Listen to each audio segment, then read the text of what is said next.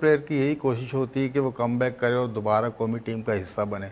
और जिस तरीके से फ़हीम अशरफ को जब आपने टीम में शामिल किया था चैम्पियन ट्रॉफी में दौरा न्यूजीलैंड में, बहुत तनकीद हुई उस प्लेयर पे, बहुत ज़्यादा तनकीद हुई थी कि इसकी तो जगह ही नहीं बनती।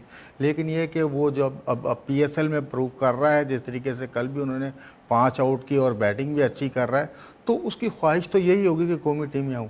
लेकिन जिस तरीके से कौमी टीम में आने के बाद फ़हीम अशरफ का जो किरदार था वो कुछ ख़ास नज़र नहीं आया, कोई अच्छा तासुर नहीं छोड़ कर गया कि बॉलिंग के हिसाब से या बैटिंग के हिसाब से।